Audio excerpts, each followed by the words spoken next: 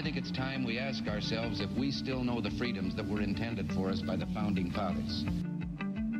They seem to be in full-scale retreat from spending cuts and are talking about raising people's taxes again. And I have only one thing to say to the tax increasers. Go ahead, make my day. If we lose freedom here, there's no place to escape to. This is the last stand on earth. Those who would trade our freedom for security have embarked on this downward course. Whether we believe in our capacity for self-government or whether we abandon the American Revolution and confess that a little intellectual elite in a far distant capital can plan our lives for us better than we can plan them ourselves. Conduit News Radio with Paul Harrell is on now.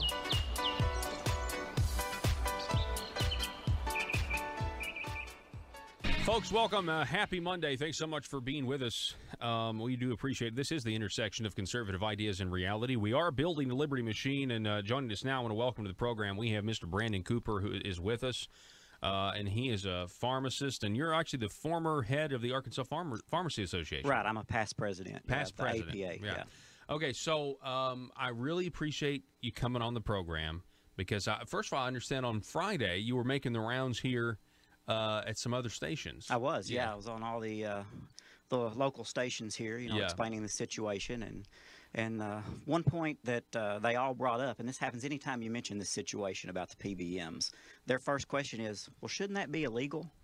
I'm like, exactly. That's exactly right. Well, so let's start at the beginning. I kind of did a little, did an article or read somebody's article about this. But you as a pharmacist, I mean, it's PBMs, pharmacy benefit managers. They are a middleman that is essentially, in some cases, we have these non-negotiable contracts. Talk about this and how it's crippling small town or small pharmacies. It's just a classic example of a middleman, just a straight middleman in the process. And they stand between you and your medications that your doctor prescribes. That's one thing I think that's lost in all this, is that they are the ones that dictate what medicine that you can even have filled.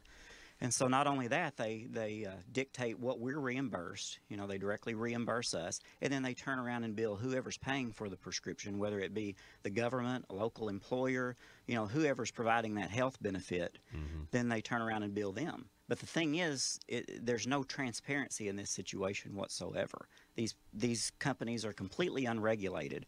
And so we've passed laws here in the state of Arkansas to deal with this, to try to hold them accountable for what they do. And as you can see, when you have these huge corporations like this, they basically think they're above the law. So how much of this, I mean, one of the articles talked about, a lot of this is taxpayer money. I mean, this is all kind of, and you have Blue Cross Blue Shield is involved. They're getting, very rich off this. You have CVS involved. Can you talk about that relationship? We have a big pharmacy, like a big national pharmacy, CVS, and they're doing well on this. They're not having this problem. Exactly. And that's one thing, that you want to bring up here is a lot of these pharmacy benefit managers, align themselves with certain pharmacies. Well, in the case of CVS Caremark, you have a pharmacy benefit manager which controls how much the competition gets paid. So they and CVS are actually one and the same, even though, supposedly, according to the Federal Trade Commission, there's supposed to be a firewall in place. Well, I think you alluded to that a little bit earlier. Where's that firewall when you're able to pay the competitor one price and then turn around and bill a much more exorbitant amount for your own pharmacy? Yeah, so is that number accurate? I've heard somebody tell me that there are cases where you have one prescription that gets filled for $12 at a local pharmacy, but you go to CVS or gets reimbursed $12. You go to CVS and they're getting reimbursed $1,400. Is that accurate? There's all kinds of examples of that going on, Paul. We've got our own examples here in town, and that's one thing I want to mention. Blue Cross, they're playing along with this scheme as well, because if you look at some of the things we've seen, when did CVS start moving into the state of Arkansas? Well, it was immediately after CVS Caremark procured that Blue Cross contract. So they used a different pharmacy benefit manager before that. So instantly when they changed to CVS Caremark, suddenly you noticed all these CVS stores stopped popping up. Mm-hmm. And here in Jonesboro, where I practice, we've seen direct examples of that. Our own store policy is a Blue Cross policy. Well, we can fill an employee's prescription at our pharmacy for one amount, which one example we've got, the patient paid a $10 copay. They turn around and paid us an extra 57 cents. Well, that medicine costs $12. So we've already lost, a dollar in that situation. Same patient filled it at CVS across town.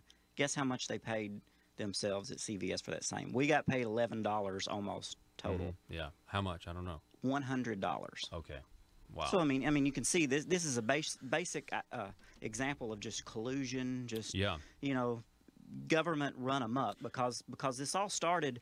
We started paying more. I mean, this has been going on for years, but we started paying more attention this year when the largest insurer in the state, Blue Cross, runs one of the Arkansas Works plans.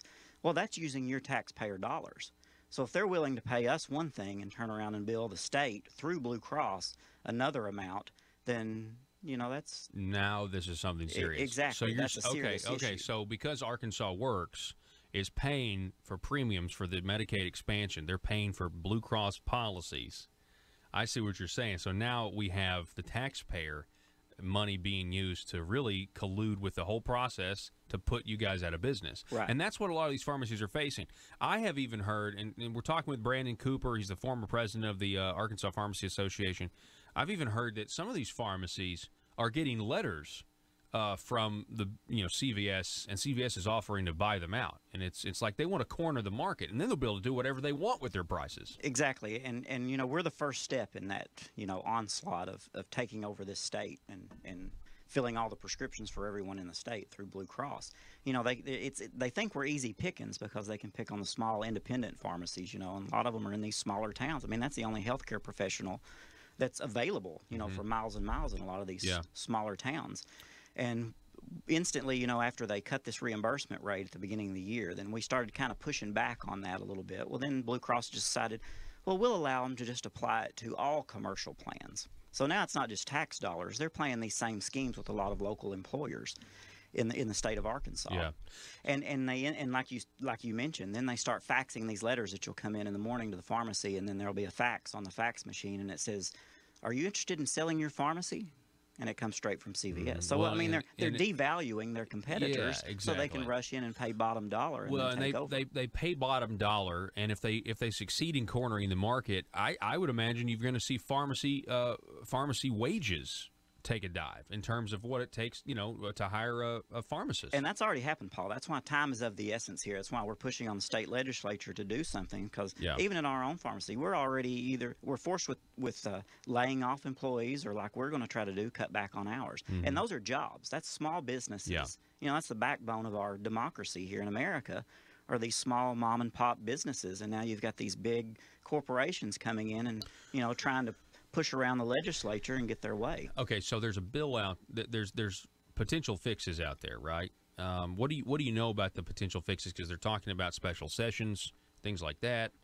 I did a whole segment this morning on how these letters from Speaker Gillum and Jonathan Dismang are actually taking power away from the legislature. They're trying to perform some choice architecture. But see that Conduit for Action article, folks, if you want. It's up right now about the end of our representative democracy. It's really important.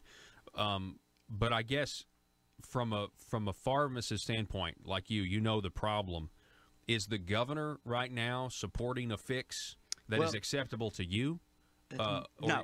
Okay, he's not. And I mean, he's basically leaving up to the legislature. Well, like you said, they're putting these rules in place, to say, well, you've got to have 2/3 majority to even hear something. Yeah. Well, there's already bills in place. Senator Ron Caldwell. Okay, Senator Caldwell has a bill. A bill, and then there's an equal one in the House.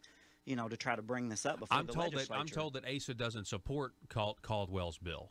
That's what I'm told. Well, and that's because think about this, though, Paul. I mean, you've got the three people actually that are standing in the way of this legislation, which deals with taxpayer dollars. Number one. Number two, we're trying to save small businesses here and jobs. You've got the governor, you've got the president pro tem of the Senate, and you've got Jeremy Gillum. What do all three of those have in common? They all worked to create this Arkansas Works plan. So see, you see here that they're trying to save face here. They don't want to admit that a program that they helped create has gone horribly off the tracks, and we want to correct that. Wow, that's that's really well said. There is a lot of that, and from a political standpoint, I'll just say, I mean, I've been following that issue for a long time. They've kind of staked a lot of their political careers on the success of this, and so you're right. There's certainly nobody ever wants to admit they're wrong, but politicians especially, they never want to admit that they've done something that's affected you guys in a and I mean, way. we've given them proof, that if you would have just put these same patients in our traditional Medicaid program, which is very well run. The pharmacists get paid. They negotiate prices. They bring the cost of drugs down. But the main thing that they do is they use cost-effective medications. First of all, they look at what's effective. A lot of these PBMs, what do they base their drugs that they put on their formulary? Well, they're playing the other side of the equation. Not only are they paying us less, they're making pharma compete against each other and the big drug companies, because then they have to pay back rebates to even get their drugs on the plans. So you've turned this Arkansas Works program over to these people who simply want to keep, driving up the prices because they get bigger rebates back. Yeah, and the taxpayers are a stable... And we're footing the bill. Yeah, we're a stable revenue source. Exactly. So do you know of any pharmacies that turn prescriptions away because they lose money? We do. We've done it ourselves in our own pharmacy. And, we had a hearing on this. Senator Ron Caldwell also chairs a committee on the Health Insurance Exchange and the Oversight Committee. And we had a hearing a few weeks back. You mentioned that earlier, and I mean, the room was packed. They said it was the largest crowd they ever had there because all the pharmacists were down there, trying to bring light on this situation.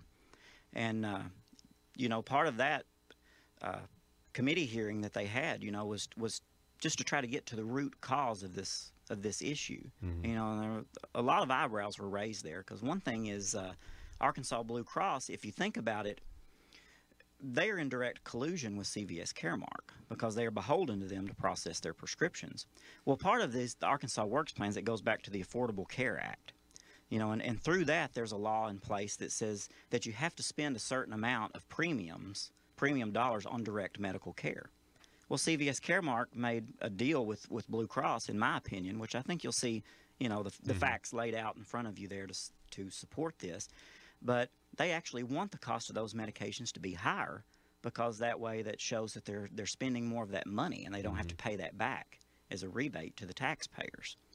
So if they're charging us, or if they're paying us one thing and then turn around and billing Blue Cross another, then they've said, well, we won't charge you a fee to process these prescriptions, because you can't count that against that loss ratio. Okay, is what this is called. So that sounds kind of, when we had our previous conversation, I guess we talked on Friday, but to set this interview up, you said that if I were to buy something from you for $200 and I give you $200, but then I ask you for a receipt that says I gave you $500, exactly, and the IRS found out about it, they would throw the book at me. So is that the scenario here? That's basically what's going on.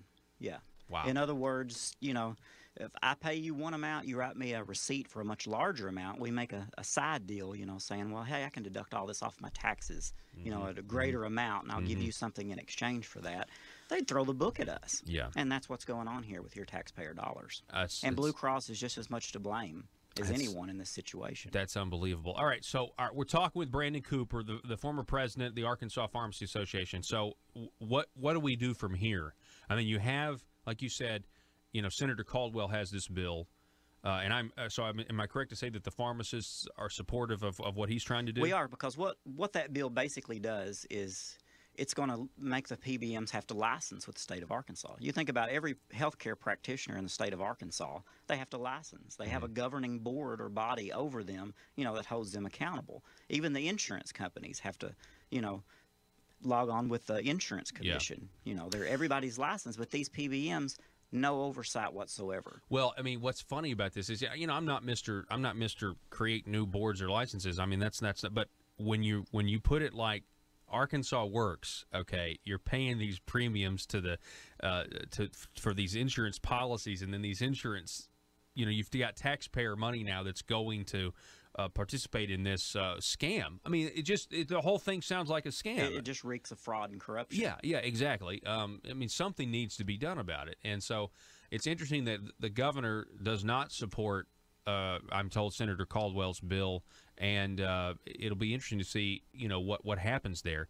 But if you have to have I mean, if they're thinking of calling a special session, and they've now put out these ridiculous rules saying, but we want your bills submitted with 2/3 signature before they're wanting to essentially have a pre-vote so they can figure out what exactly is going to get passed. It's almost like it is. I mean, Brandon, they don't want legislators to actually legislate and have up or down amendments or up or down votes on amendments and debate and stuff like that, which I mean, and to me, the only reason you would do that is if you're trying to protect the status quo. And in this case, it's the PBMs and CVS. And that's what I said. They're all trying to save face in this situation because they don't want to admit that something they did has gone horribly wrong. Yeah. And that's all we're asking. I'm like you. We're all over-regulated. I mean, every medical professional in the state of Arkansas is overly regulated. But then you've got this whole entity of people here, these corporations who come in, from out of state, and they just, they control the pocketbook. They control the money that goes to you, and then they charge how much, and they just can create this spread, and no one is able to look over their shoulders. Yeah, so we have the status quo, the big business, they're getting rich. They take off the taxpayer. They take that money then, and then they fund lobbyists to make this whole process as convoluted. I mean, if that wasn't happening, you probably wouldn't have had these letters trying to limit what the people's legislative body can do on our name and our behalf. So it's frustrating. So I guess where do we go from here? What do you think? I mean, do people need to call? What's your thought? Yeah, I mean, we've been calling. The pharmacists have been engaged, ever since the beginning of the year, and for many years we have. We've got laws in place that we have passed, but they simply aren't enforcing those. And I mean, part of that is the governor's own fault for not allowing these practices to be brought to light. And so that's what we're asking here. We're simply asking, the insurance commissioner, the attorney general, someone needs to step up. And I will, speak up for Leslie Rutledge. She has announced that she is investigating CVS Caremark because of these practices, and even the governor has in his hands those very examples that I mentioned to you of them paying one pharmacy a different amount than what we get paid, the smaller pharmacies. And it's just like, okay, enough is enough. Let's have a vote. Yeah. Let's bring this thing to the floor. So I urge all of you to call your legislators. I mean, I know a lot of the legislators around here, my own legislators, are very supportive of this. There's overwhelming support in the state legislature, but it's these people that control bringing that. Well, and they're controlling it, but here's the thing. You don't have to have a special session to consider this. Constitutionally, they don't have to play by the speaker's rules.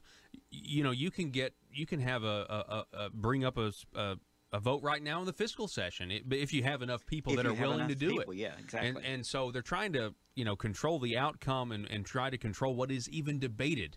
They only want to debate in these parameters, and I think when you do that, you're protecting something. You're protecting the status quo. Brandon Cooper, I appreciate it, sir, for coming on.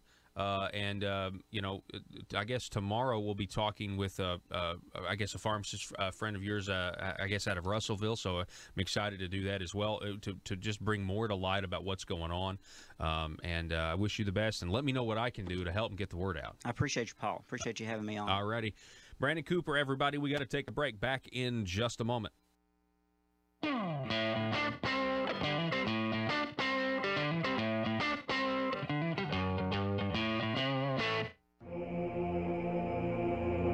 It's Conduit News Radio with Paul Harrell. Hey, welcome back to the program. We got Mr. Josh Waters is with us. Josh, how you doing this morning? Hey, I'm doing pretty good, Paul. How are y'all? Doing good up here. We really are. Now, listen, the task force, this is why you're on. You're on to give a task force update on the tax reform task force. But this is kind of the last update that happens directly after a task force meeting, because it was their last meeting this week, right? That's right. The task force is over. It has gone away by a matter of law. Some of the other task forces that are set up, they're kind of indefinite, but this one had a specific end date, and so they had their final meeting this week. They recommended out their last set of recommendations. They have really went over the fiscal impact of what they were proposing to do, and now it's just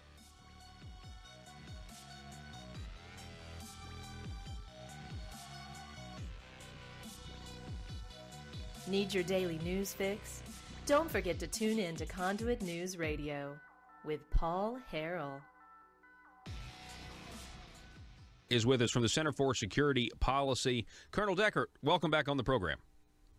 Thank you, Paul. Glad to be back with you. How y'all this morning? We are doing very, very well. It's been a little bit of time since I've talked to you on the show. I know we spoke yesterday, but just want to remind everybody, you were an integral part of getting State Representative Brant Smith's bill, American Law and American Courts, passed out of both committees in the House and Senate and both the chambers, the House and Senate chambers. And, of course, it did become law, but it became law without Asa Hutchinson's signature. And the reason I wanted to have you on is because recently he's in a primary and he's taking criticism for not signing the law. He's taking criticism for opposing the law in the first place. And this is what he said on Talk Business and Politics. Quote, "I've practiced law for many years in Arkansas, and we do not have Sharia law in Arkansas.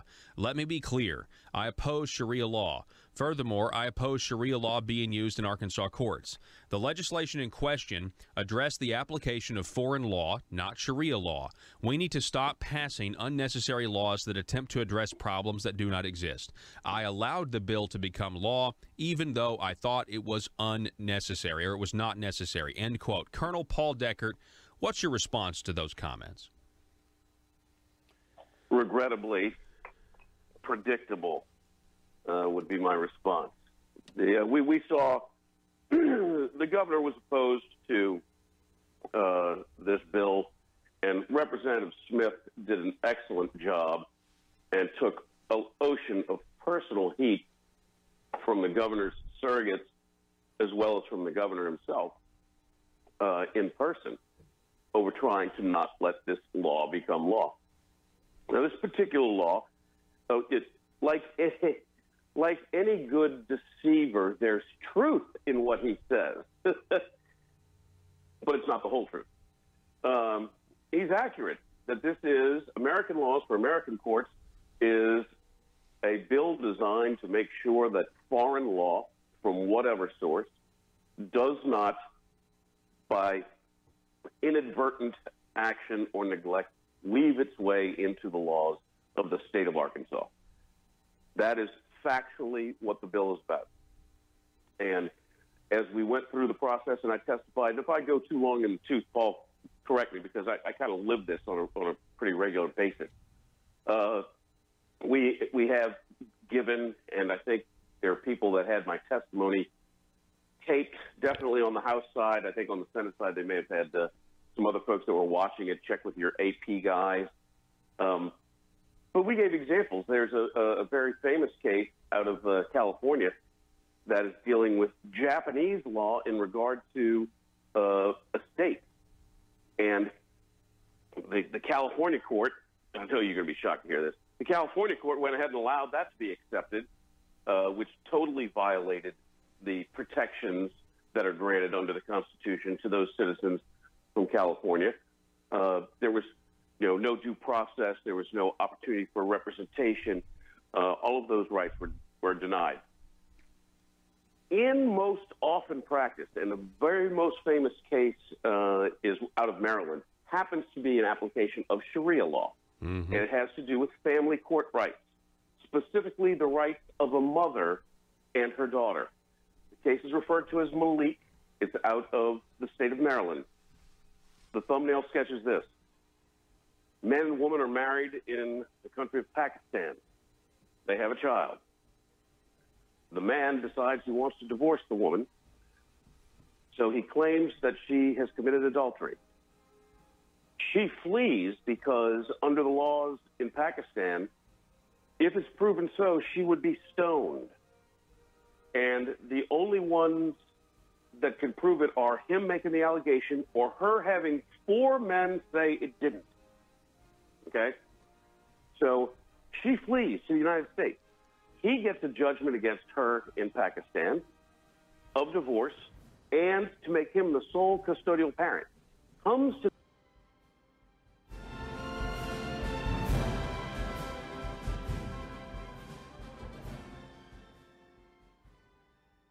the General Assembly to see what they ultimately pass or don't pass.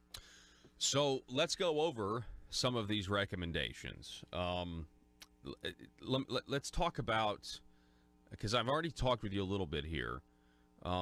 We have a 4-year plan, a 3-year plan, a 1-year plan. I mean, what are they recommending lengthwise? So the phase-in of the governor's 245.9 plan, that's the big income tax plan that came out of the tax task force. And so last meeting, the governor's office, or DFNA, put forward this 4-year phase-in, which covered about 5 fiscal years. Well, yesterday they came back, they met again, and they voted, and they actually voted to do a phase-in over 3 years. And so what this would be is the income tax rates in Arkansas. Right now there's 3 tables. It's really confusing and convoluted. It would take it down to 1 table, and it would lower the top rate right now, which is 6.9% in Arkansas for individual income tax. And over 3 years and 4 fiscal years, it would then drop that down to 5.9%. In the first year, it would drop from 6.9 to 6.5%. In the second year, it would drop to 6.2%. And then in that last year, it would drop to 5.9%. That was the income tax plan, and that's one piece of the pie of what's going to be what's in the draft legislation, what's going to be going out into the General Assembly. Okay, so they're recommending. Now, this doesn't mean this is in any legislation, but the Task Force on Tax Reform and Relief is recommending a phase-in plan of 3 years. I have some of these numbers here. Joe, can we show? Let me show the right there. You see the governor's 2459 plan, and that's it says I guess that would be a cut in revenue of $47 million. Yep, and those numbers are the first fiscal year.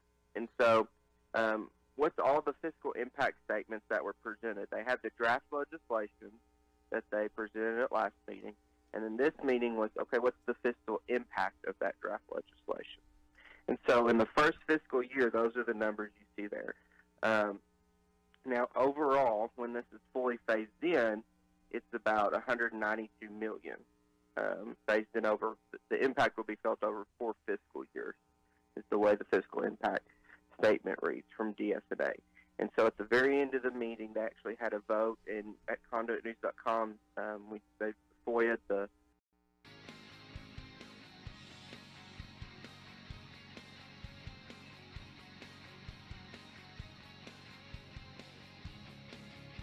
the intersection of conservative ideas and reality. Conduit News Radio with Paul Harrell.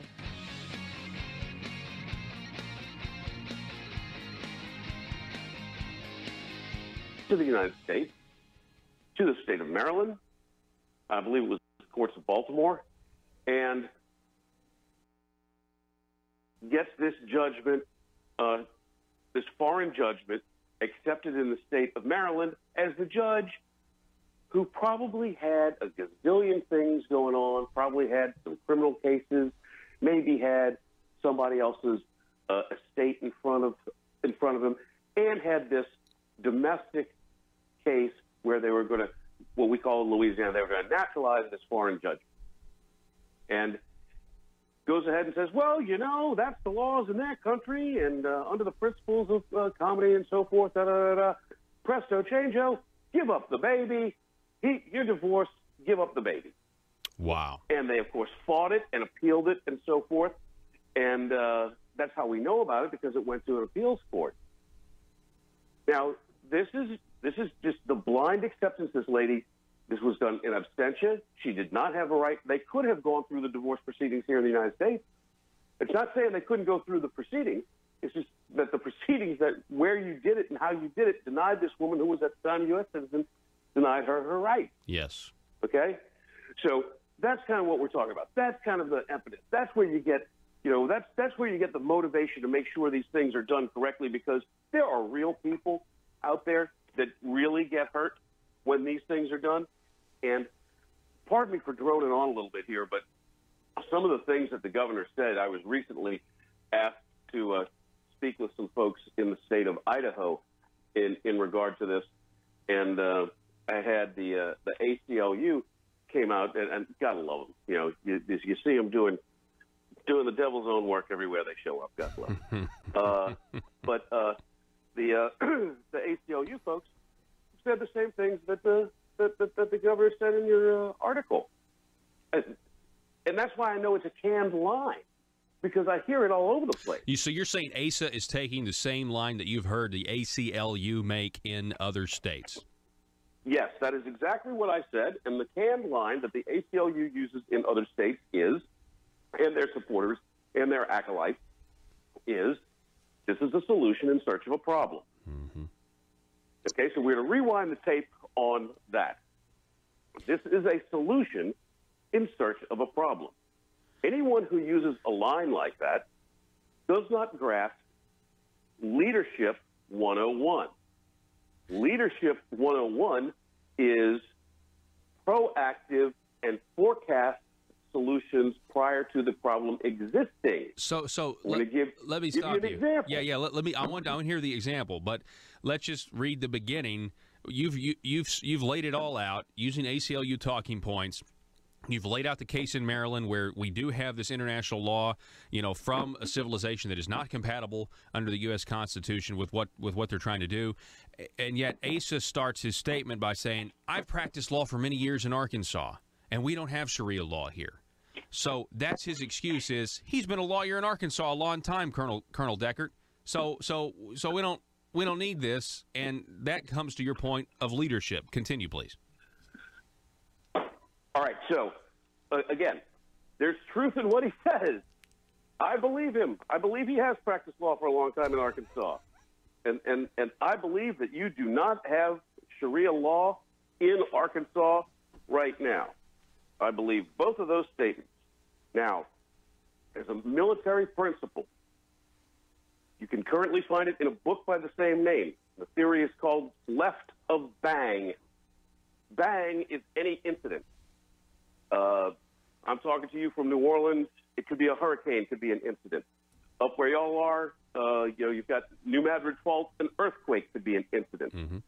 Out to the west, it could be a wildfire, could be the incident.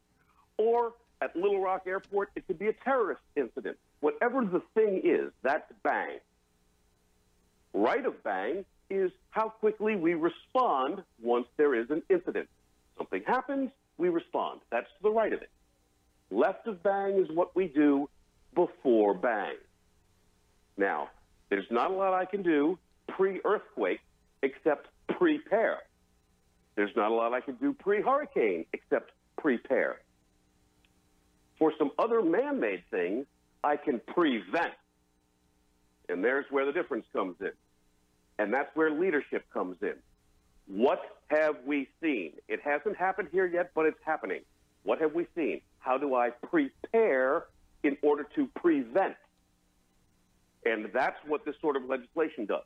Now, I'm going to give you my example because I kind of like this one.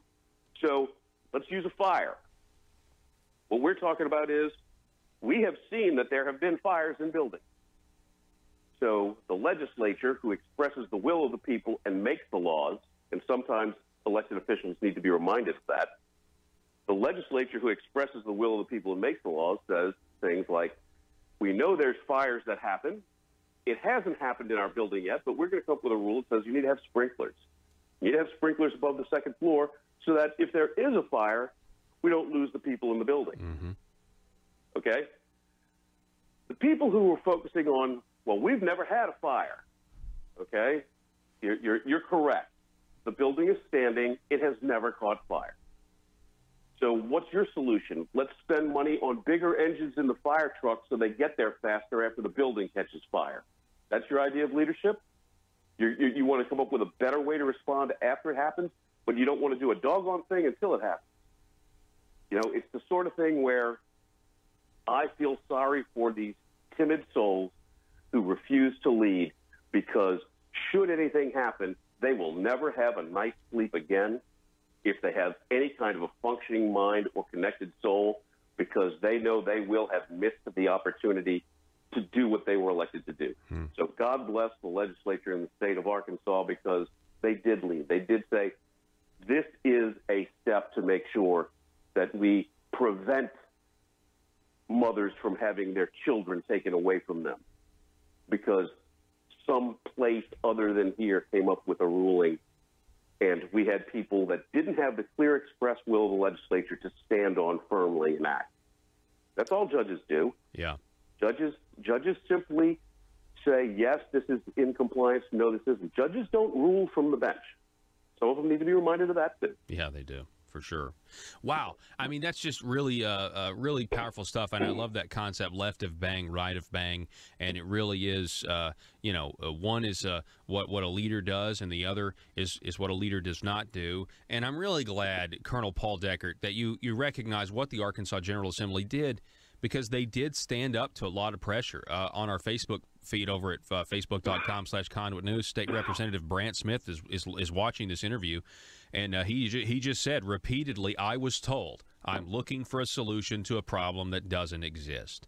And yet, Brant stood up, the legislature stood up, and, the governor didn't want to veto it because there would have been a lot of backlash. So instead, he just refuses to sign it. And luckily in Arkansas, if you refuse to sign long enough, it just becomes law without the governor's signature.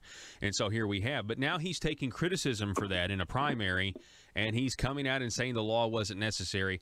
And I think that you have pretty well refuted that. I mean, I was already convinced, but I think a lot of people out there are convinced as well, sir. Well, first of all, I cannot say enough good about Representative Brant Smith. That is a quality individual. And I know that man stood against near-term political pressure, but he has done work for his church all over the world. He is just a quality individual. He is a very intelligent man. He is a former college professor.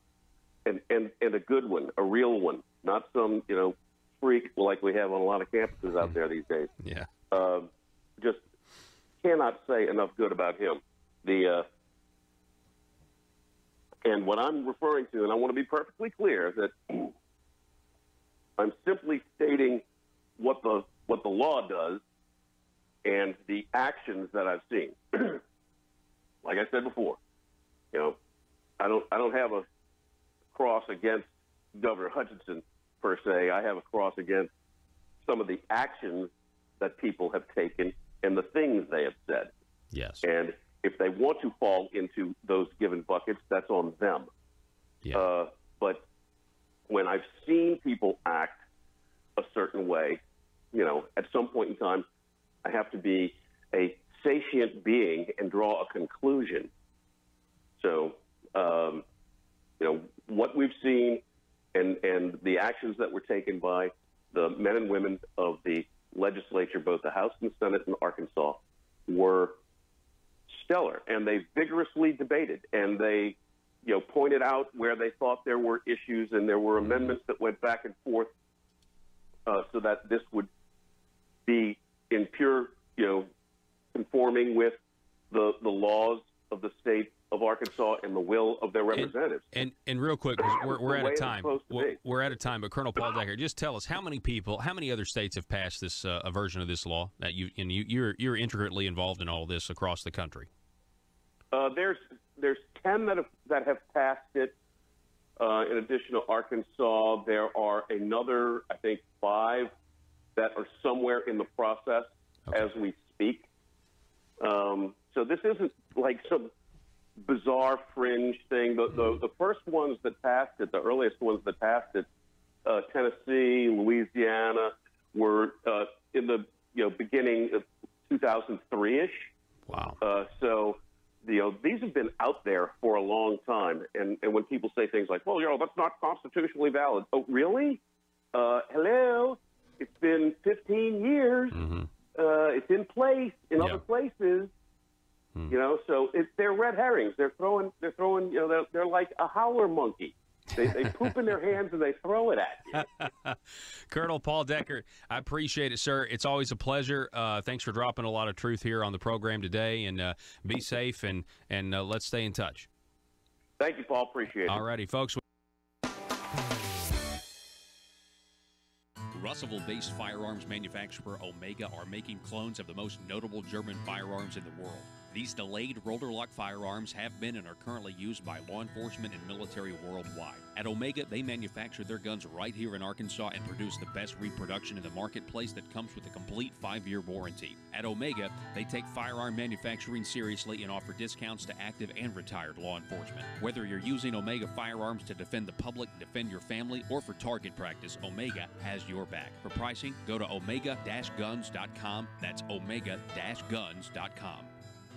Are you a conservative-minded young person and want to let the world know about it? Are you tired of rolling your eyes as your professor regurgitates progressive, PC, neo-Marxist nonsense? Then you should interview on Conduit News Radio's Young Conservative segment and tell us about why you believe the way you do. Tell us how you came to be a conservative and what are your views on government. Now, if you're worried that your neo-Marxist professor may also be a right-wing talk radio listening masochist, then names can be changed to protect the innocent. It's the Conduit News Radio Conservative Future segment. To be interviewed, call 870-275-9799. That's 870-275-9799. If you're like me, you believe that small business is the heart of Arkansas's economic engine, and it should be viewed that way by the politicians in Little Rock. Conduit for Commerce also believes, like you and I believe, policies that achieve less regulation and lower taxation help small business in Arkansas thrive. Other policies like small, constitutionally consistent government and reducing citizen dependency on government keeps it from growing and expanding its influence on our daily lives. Conduit for Commerce works every day to educate the general public and legislators on these important priorities in the name of Arkansas small business. By the way, contributions to Conduit for Commerce are tax deductible. Log on now to conduitforcommerce.org and click on Contact Us on the right side of the page. That's conduitforcommerce.org. Go there now and learn the facts on protecting small business in Arkansas.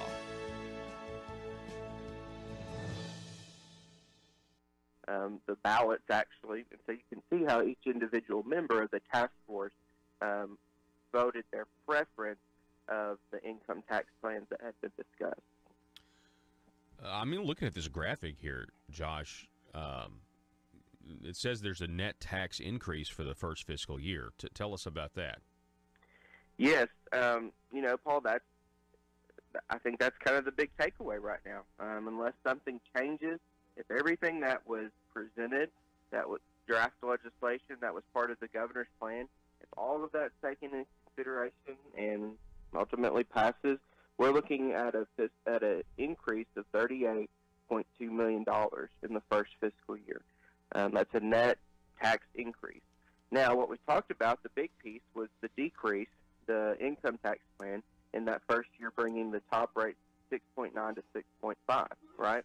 Yeah. So that's negative $47.4 million.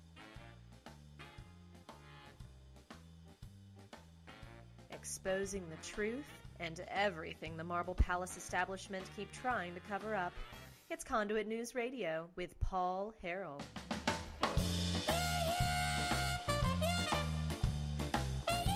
Hello, welcome, folks. It's hour number 2. Thank you so much for being with us. We are days away from the midterm elections, and I know everybody out there is calling your friends, telling them that they need to vote, especially if they live in other states. I have not voted yet, Joe. No, I have not, but I do plan on it. Folks, this is the intersection of conservative ideas and reality. We are building a liberty machine. We're so glad that you're with us this morning. I want to welcome to the program. On the line, we've got Dr. Michael Packo, who is an economist, state economic forecaster for the University of Arkansas at Little Rock. Dr. Packo, thank you so much for joining us this morning. Oh, good morning. Thank you for inviting me. Absolutely. I saw some of these unemployment numbers for the state and for the country, and I just wanted to get your response to that. Just kind of talk a little bit about the state jobless rate. It's hit this record low of 3.5%. What does that tell you? 3.5% is the lowest that's ever been recorded since these statistics were put together in the 1970s. So what it tells us is that of the people who are either looking for a job or have a job, the number looking for a job is very low. But as a ratio like that, it's not necessarily the best indicator of either the economy or even of labor market conditions for that matter. So, so talk a little bit about that, because are you saying that the number of 3.5% record low unemployment, it might sound great, but it might be just a little bit misleading as to the health of the overall economy? That's exactly what I'm saying. And the reason is that the number of people who are even participating in the labor force has fallen dramatically, since the last recession, but even more recently here in Arkansas around 2012. The labor force participation rate, the number of people that are either actively looking for jobs or have a job, declined by, about 4 percentage points nationwide from the time just before the Great Recession till recently. Meanwhile, Arkansas's participation rate has fallen by almost 6 percentage points. So that's 2 to 3 percentage points more than the U.S., and that's as a fraction of the population. Those are people who have simply dropped out of the labor force, have disappeared, aren't even looking for a job anymore. And if we consider those people to be, to some extent, unemployed, then the measured unemployment rate would be quite a bit higher than the 3.5% that we're seeing today. Okay, so you mentioned that our labor force participation rate in Arkansas is lower than the average across the country. Is that true, too? Yes, that's right. It's one of the lowest in the country, and it's fallen by more than almost any other state in the country. That is, it's getting worse in the sense that fewer Arkansans are looking for a job or employed. Well, this may be, I mean, I know this may be, speculative, but do you know why that is? Why in your opinion, would Arkansas be different than these other states? Well, that's a really good question. Some of the other states that have had similar experiences are in some ways share the same characteristics as Arkansas, relatively low-income states. When I look at the breakdown by age group, nearly every age group experienced the decline during the 2012, 2013 period. But the big gap that opened up and hasn't closed at all is in 55 to 64-year-olds. So people who are approaching the end of their working careers, if you take the 65-year-old traditional retirement age, have dropped out of the labor force, and it doesn't look like they're coming back, having taken early retirement, disability, perhaps something like that. There's also a big decline in young people no longer working or participating in the labor force. That's probably attributable to more going back to school or staying in school, or maybe more intensive school studies, less time for a part-time job. And then early middle age, 35 to 45, we're again seeing a decline where we've seen some recovery, but a lot of people have dropped out of the labor force in that age group, and that's kind of mysterious as well. I guess when you look across the board, it could be things like the decline of manufacturing jobs. People are choosing to not work or retire.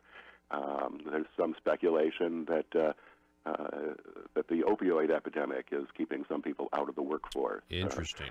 But that's all speculative, really. Yeah. There aren't really any hard and fast reasons other than the fact that baby boomers are retiring. So a little bit of decline in that participation rate is natural and to be expected. Are you concerned at all with Arkansas? I mean, I've been saying we've got a skilled labor, shortage here in the state. I mean, if you talk to some of these businesses, they really have jobs that they need filled. But in Arkansas, we tend to have a skilled labor. I've called it a crisis before, but feel free to respond to that. Well, there is a mismatch, and the things I hear traveling around the state, talking to employers, Chamber of Commerce people, is it's particularly acute in the skilled trades, jobs that don't necessarily require a bachelor's degree, but require some training, expertise, and skills. Truck driving has been one for a long time that's been lacking workers. Welding, there's some other areas like that. But I guess the good news is that we are seeing this increase in the number of young people that are staying in education longer, so getting those skills. And so I think we're on our way to meeting that, but it is an area for improvement, that's for sure. We're talking with Dr. Michael Packo, economist at UALR. I've got this headline in front of me. Okay, we've just talked about this. State jobless rate hits a record low. We talked about how the labor force participation rate, though, is also low, and that's not a good thing. But then I've got another headline here with the same number, 3.5%, but it's about the GDP overall in the nation's economy. Headline economic growth still sturdy at 3.5%. So what's your take on the GDP gains that the nation has seen so far? It seems to be driven primarily by consumer spending, confidence among consumers, and a little bit of extra cash in their wallets from the recent tax cuts at the federal level. There's also a little bit of inventory rebuilding that went on in the third quarter. But nevertheless, we're seeing a phase of pretty strong growth nationwide. The data aren't really available for Arkansas yet. The latest information we have on GDP for the state is that we experienced zero growth in the first quarter of the year. We won't find out how the second quarter turned out for another couple of weeks here. And that number might be revised upward. But that's one of the areas, if you're looking at the overall production of goods and services in the Arkansas economy, where we're lagging behind the nation quite a bit. So we're lagging behind in gross domestic product and GDP. Yeah, well, and we would hope that would obviously pick up. I mean, I think Arkansans, just from what I can tell, that we're appreciative of the more money in our pockets. The Trump tax cuts and everything else. But yeah, I mean, we want to grow economically. Now, for me, Dr. Packo, one of the reasons I want to see the state grow economically, in the private sector, is because I'm a limited government guy. And if we can hold government essentially at the same size, and then the economy grows, technically government has gotten smaller, and I think that would be a good thing. Well, yes, I would tend to agree with you. The private sector is where the value is added to the economy, particularly in terms of the things that we export, manufactured goods, agricultural products, things like that. Then that all ripples through the economy with higher incomes and spending. Mm-hmm. Let me ask you this, and this may be a little controversial. I think what the president is doing with China is long overdue, and I know there are different opinions on that. But how's that? How do you see that? I mean, hurting our farmers. I mean, a lot of farmers are saying, we're happy that the federal government is now putting some kind of program in place, to kind of subsidize what the losses could be, with soybeans and that sort of thing. What are your thoughts on that? Well, as an economist, I'm thoroughly trained in the value of free trade, and it concerns me whenever there's hints of a trade war, imposition of tariffs either by us or our trading partners. It's just a step in the wrong direction. People are made better off when they're able to trade freely. Now, some of the things that are going on might be strategic in nature, and if they pass, that's fine. But it does concern me, and it should concern Arkansans, because we do have a robust export market, particularly for our agricultural goods. And to some extent, it seems one of those crazy kind of government plans that, we're going to tax incoming goods, start a trade war that'll hurt our farmers, then we need to subsidize the farmers for the pain they're experiencing, and that's certainly not a good situation. Certainly not if it persists. If it's temporary, we'll get through it. But and I think that's what a lot of people are hoping, that this is temporary. When you do have the export, I think it's like $40 billion. I think $80 billion industry, but half of that, I think, is the export side of the soybeans. And then you got that now, and this is the number that they throw out. Well, you don't. The news and Talk of Northeast Arkansas. This is News Talk 101.3 FM and 12:30 AM KBTM, Jonesboro, an EAB radio station. That's really the big bulk of what the decrease is.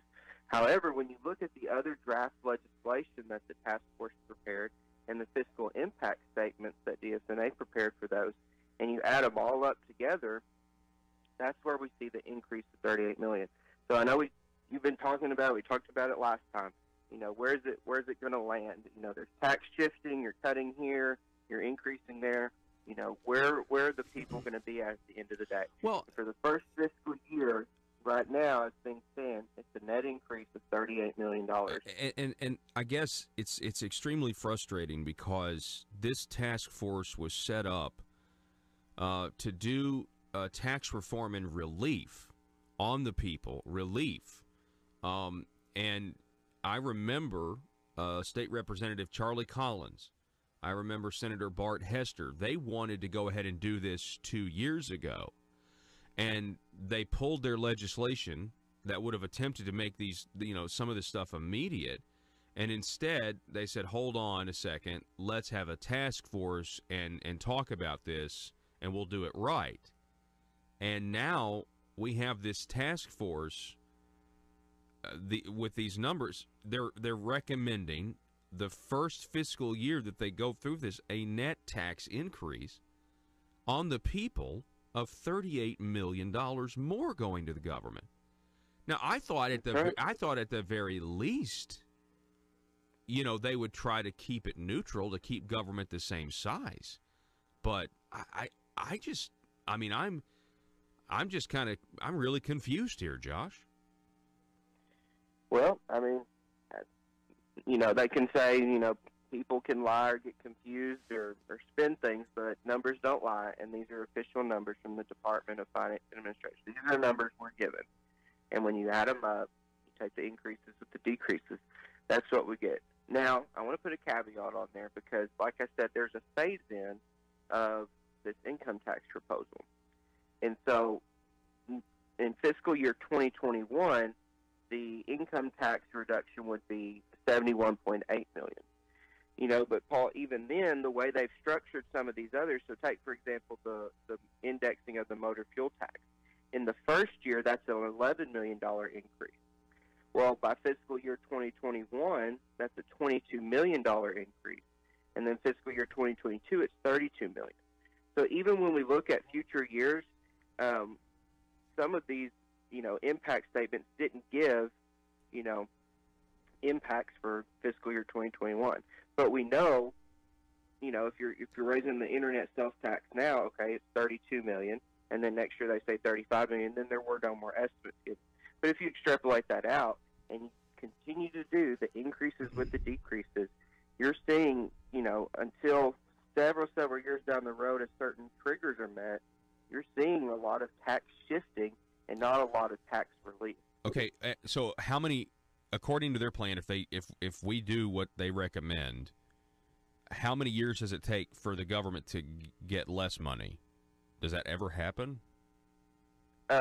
Yes. By the time the full phase-in of what they're calling Phase 3 of this overall tax reform plan, this would be things like eliminating the throwback rule, implementing the single sales factor apportionment, cutting the corporate income tax. But that would be 2022, you're saying? Yes. Well, the first one of those, the first fiscal impact of those is felt in 2023. And then the last one that they've impacted is fiscal year 2032 for the net operating loss carry forward provision.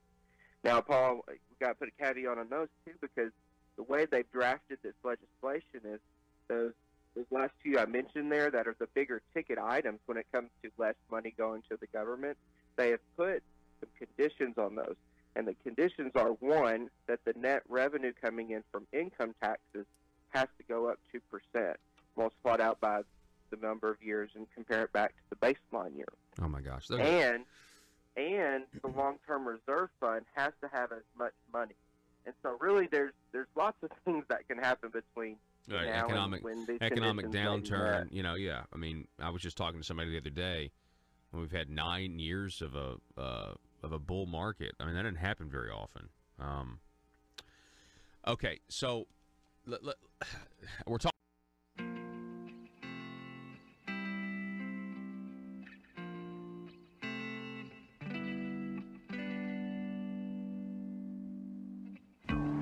I think it's time we ask ourselves if we still know the freedoms that were intended for us by the Founding Fathers. They seem to be in full-scale retreat from spending cuts and are talking about raising people's taxes again. And I have only one thing to say to the tax increasers. Go ahead, make my day. If we lose freedom here, there's no place to escape to. This is the last stand on earth. Those who would trade our freedom for security have embarked on this downward course. Whether we believe in our capacity for self-government or whether we abandon the American Revolution and confess that a little intellectual elite in a far distant capital can plan our lives for us better than we can plan them ourselves. Conduit News Radio with Paul Harrell is on now. Let's see here. Welcome back to the program. Thanks so much for being with us today. We have just a ton of stuff. This is the first day of early voting in the state of Arkansas. And nationally, though, folks, there what appears to be, huge, at least a PR crisis that's happening. Here, listen to this. A headline: Growing caravan of migrants pushes deeper into Mexico. It's now up to, 7,000 people, according to the front page of the Drudge Report. They got through Guatemala into Mexico, and now they're heading for the United States border. Joining us now to talk about this, we have a national immigration expert, also the director of the Remembrance Project. Maria Espinoza is back with us. Maria, good morning to you. Good morning, Paul. Thanks so much for having me on again. Yes, it's always great to have you on. What's your take on this? I mean, we're 14 days from an election. Does that have anything to do with the timing of the 7,000 person strong caravan? Oh, absolutely it does. In fact, remember the Honduran and El Salvadorian and Guatemalan leaders were here in Washington, D.C. last week, and their response to President Trump's cutting some of their foreign aid in the last year was simply that they will do what they can, but they want to be able to understand if they're going to get more funding in the future. So I think this is all political. This is certainly trying to pressure America, sort of extortion, in my opinion. And the day after Vice President Pence met with these other country leaders, that's when the caravan took off from Honduras. And now we're looking here,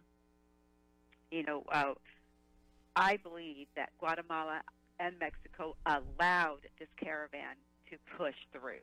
I mean, we know that Mexico has stronger laws and enforces its southern border, much stronger than America enforces its southern border. And they will shoot you if you cross illegally into Mexico. And here they're allowed to come through. And make their way right up to the United States. And guess what? We take care of them.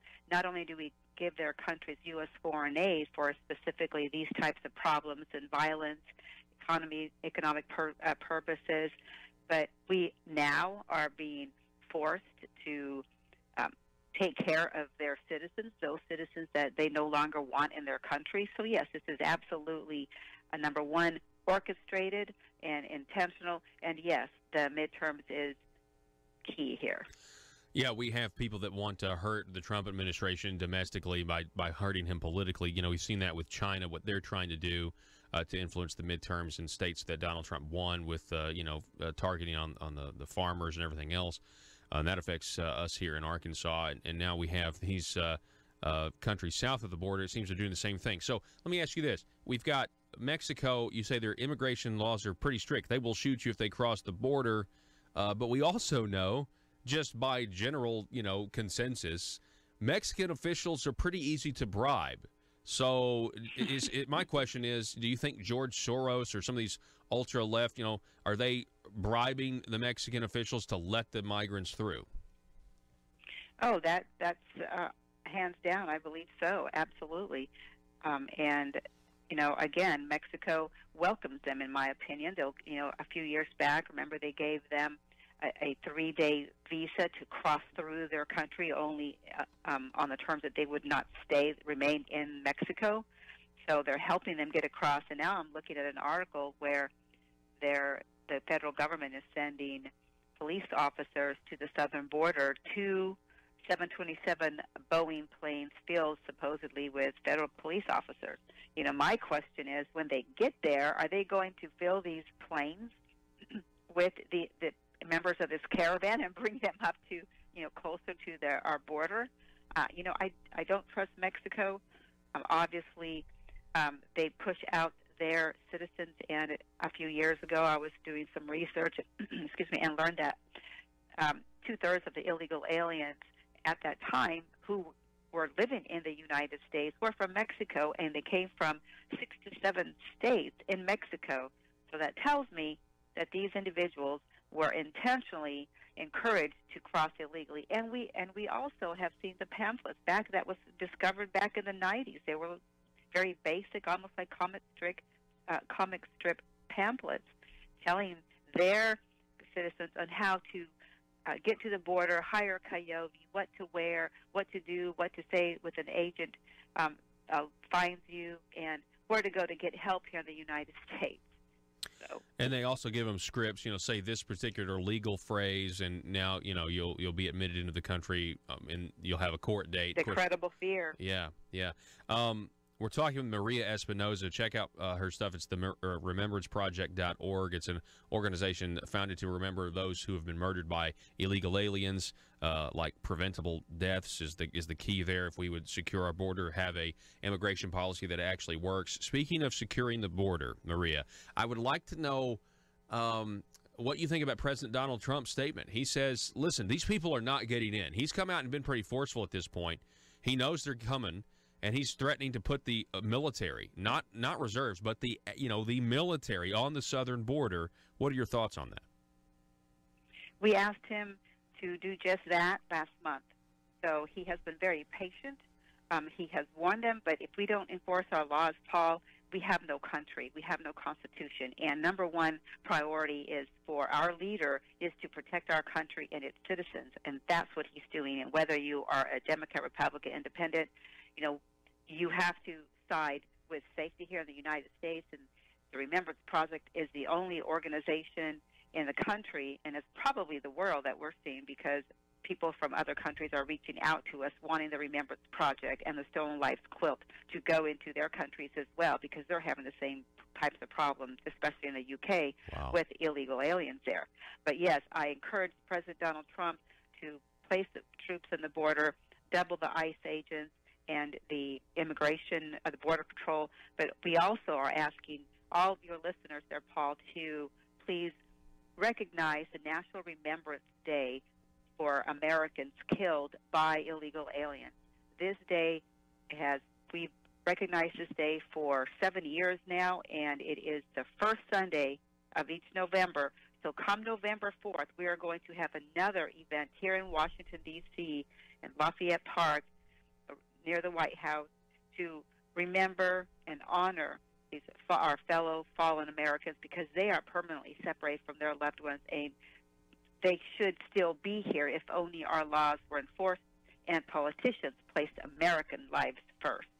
That's exactly right, putting American lives first. So you said this.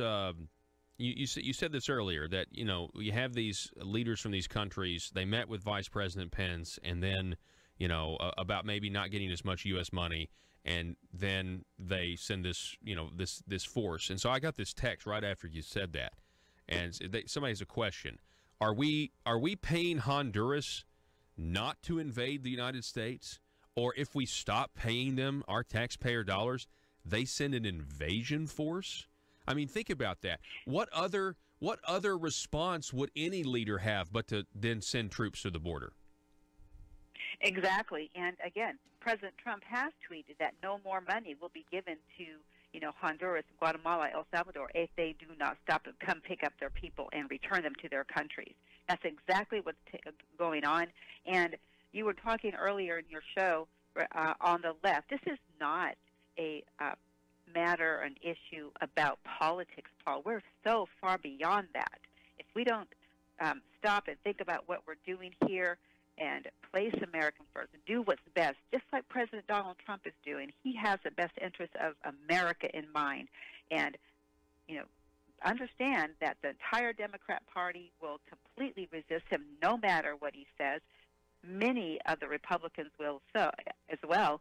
But, I can't tell people how to vote or who to vote for, but you certainly can vote for those individuals who will emulate and work with President Donald Trump, and that is placing our security, our national security, and the safety and the economic success of this country first and foremost. If America goes down, Paul, we have nowhere to go. We are the beacon of freedom. So this is what's at stake here. This is much more than politics. This is about a survival of America. Yeah, it's echoing President Ronald Reagan. So they're in Mexico now, this caravan. We're 14 days until November 6th. Early voting starts today, in Arkansas, and I think across the country as well. When are they going to get there? And I guess I'm like, how many days out of the election are they going to be there? They're going to be at the border. If President Trump then sends the military and activates them, CNN, everybody, we're going to have cameras there, and there's going to be this very tense atmosphere, I would imagine. Right. And what is that? I mean, can you imagine the powder keg that could potentially be? Well, I think the American people are fed up. Let's look at on the flip side. If you don't have compassion for American children, we have a whole banners full of our stolen West Quilt banners with American children killed. We have so many families that I can sit here and list, and we can sit here and talk about for hours the stories. And just last night I spoke to another family. This is an everyday thing for us where we're trying to keep up with the carnage, Paul, and we simply cannot. We have wonderful youth who are being killed by illegal aliens. We're bringing in more supposedly UACs, unaccompanied minors, here, unaccompanied children. I guess they changed that word to make it a little more heart-tugging, but who are here sitting next to our children in schools. These other kids came from chaos, and this is what they're bringing in the culture, and they're recruiting gang members, and that's why the uptick in the MS-13 gang membership and the violence. They're thumbing their noses to our laws and to its citizens. But you're right. What the media wants is that climax there at the border and the cameras. You bet they're going to be at the border with those cameras, every single news station, where they never came into the press conference room when President Trump was meeting with our families. They panned away. Yes. So this is the fake news has been exposed. These countries exposed for taking advantage of the generous American taxpayer. We have 500,000 American orphan children who need good homes and a better life. We have 13 million children who live in poverty and probably go to bed hungry. Let's clean our house and making sure that we're taking care of our children first before we start looking at the fake news and their cameras where they put women and children at the front. Pregnant women coming on this whole trek is completely ridiculous. Yes. Yeah. No woman who cared for their child would put themselves in that situation. Plus, you have parents sending their young daughters on birth control to cross the border with a coyote, knowing that they're going to be raped. What kind of people, what kind of character are these people coming from? Who are they? We don't need any more crime, Paul. We need to stop importing crime. We've got plenty of problems in Chicago and Detroit. Then why are we welcoming this chaotic group of people? I completely agree. And, that's the whole point of having a sovereign nation, is being able to decide who gets to come and who doesn't get to come. And so that's a really good points that you're making. The left has been – oh, go ahead. Go ahead. Our baseline, Paul, is that we do not have to allow anyone into our country, and that's what every American citizen has to think about. Our baseline is simply that. We don't have to allow anyone into our country. It's better, in my opinion, to be able to teach other countries to fish and how to take care and be able to, for their citizens, to force the kind of government that they're fleeing to, not to bring their problems here. You know, yes, we're very generous and we can help them there, and that's what we're doing. That's what President Trump is using the U.S. foreign aid to, you know, as a way to try to make those countries be good leaders and, you know, be good parents. The left has been using this phrase for the last 18 months, and the phrase is this: influence the outcome of an election. I look at these seven, and this is an actual attempt to do that. This 7,000 caravan, you know, that's what it actually looks like. This is an attempt to influence the outcome of an election. But don't expect any analysis like that from the mainstream media. They're going to sit on their moral high horse, and they're going to claim that Donald Trump is heartless and is a totalitarian for securing the border, because he's at the point now, unless these people are stopped, you know, he's not going to back down. I mean, he's shown that multiple times. I saw somebody, you know, even suggest that, hey, maybe you shut down, not only use the military to secure the border, but you also just shut down the legal crossing. Just absolutely shut it down, say nobody in, nobody out for a period of time, which we did do in 1985 after one of our federal agents was killed at the border. Right, exactly. We have to do this. You know, I'm from Texas originally. We're here in Washington, D.C. now. It's very important that we, you know, are here looking over the shoulder of these politicians, and I can tell you that the people will save this country, because we're going to band together and do what's right. You know, Democrats, Republicans, Independents, you know, and that's why the walk-away movement has picked up and taken hold here across the country, because they're seeing that this is not about politics or parties. This is about the survival of America. And if you take a look at what's going on in the streets, Paul, with the Antifa and how they can attack, you know, there's a video out there went viral where a young man verbally attacked the widow of a fallen police officer during the 9/11 terrorist attacks. You know, this is unacceptable behavior, and if you're wearing a MAGA hat supporting President Trump, then you can be, you know, assaulted. This is just outrageous, this type of behavior, and know that these people do get paid, and we've known this for several years. The Remembrance Project started in 2009, and I mean, our eyes were just, you know, eyes wide open when you pull that curtain back and you're seeing more and more on what's really taking place. You know, how can you stop? Because no one else is doing this, and no one else sees some of the things that we do. You know, hearing some of the families, a mother who was denied to give her victim impact statement when her only son was murdered. And these are activist judges that President Trump actually created the Office of Voice last year, Victims of Immigration Crime Engagement, as a promise to the Remembrance Project. And one of the key elements was to help navigate through the court system, which is why we wanted to, which is the reason we wanted that was to expose these activist judges. And you can see that Obama pushed through this so-called executive order of DACA. And now, why can't President Trump remove that? He can't. He should be able to rescind it. But guess what? It's stuck there, stalled in the Ninth Circuit Court. Yeah. Wow. Exactly. So Americans, please stand up. Call President Trump. Number one, ask him for the National Day of Remembrance. We want a proclamation from the president. I'll give the number. It's 202-456-1111. And please let him know to place those troops at the border and protect American lives. Maria Espinoza, the website, theremembranceproject.org. Maria, it's always great to have you on. Thank you for your thoughts, and hopefully, this caravan will be stopped. That's my hope, and I hope you have a great day, Maria. Thank you so much, Paul, and God bless you. Keep praying. Right. Yes.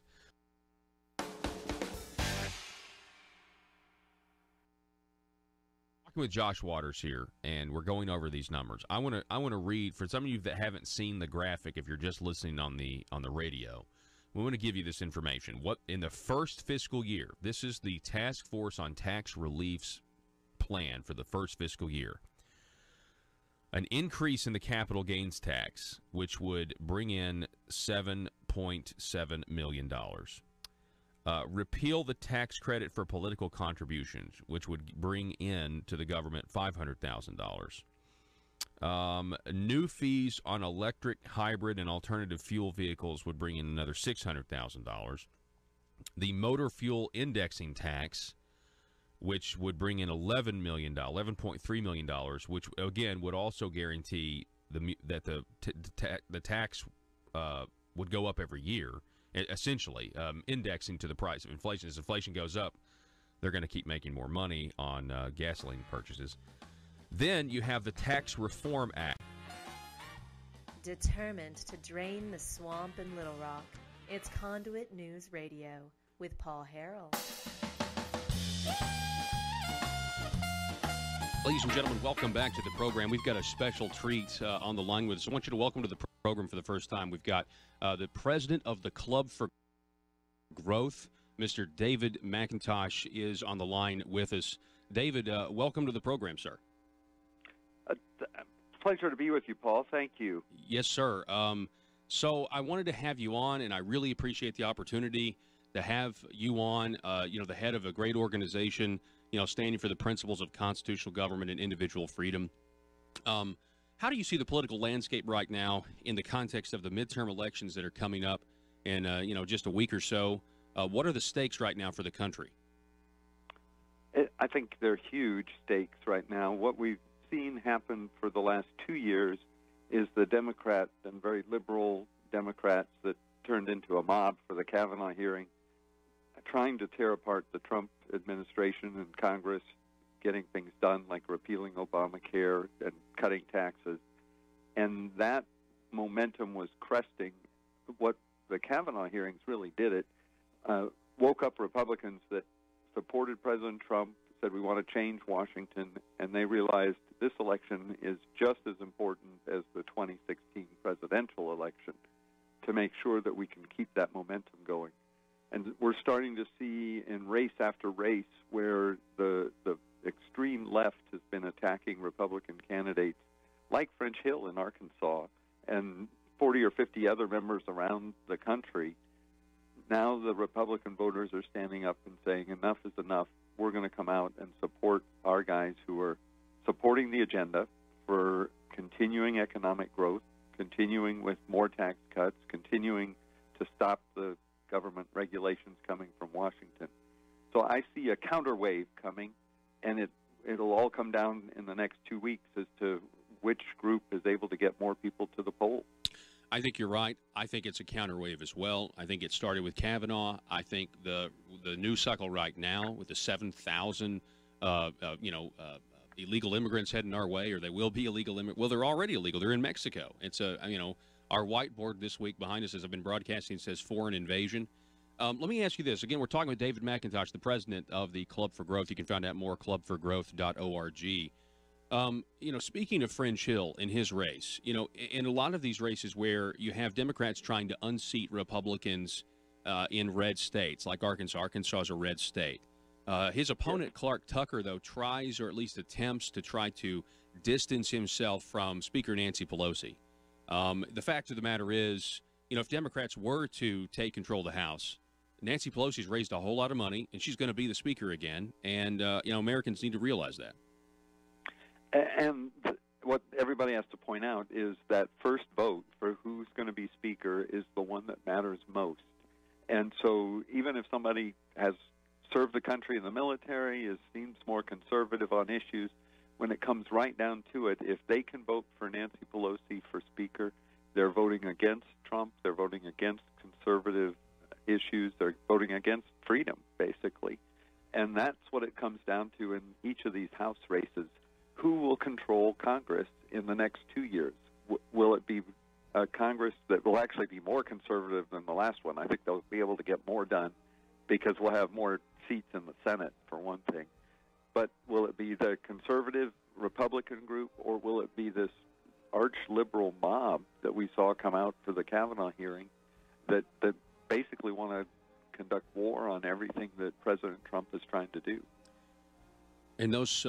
One of those forces, David, I think, that are conducting a war on everything the president wants to do is the media. how powerful, in your opinion, is the mainstream media? Do you think that maybe if they had covered President Trump fairly, I don't think the Democrats would have a chance of taking back the House?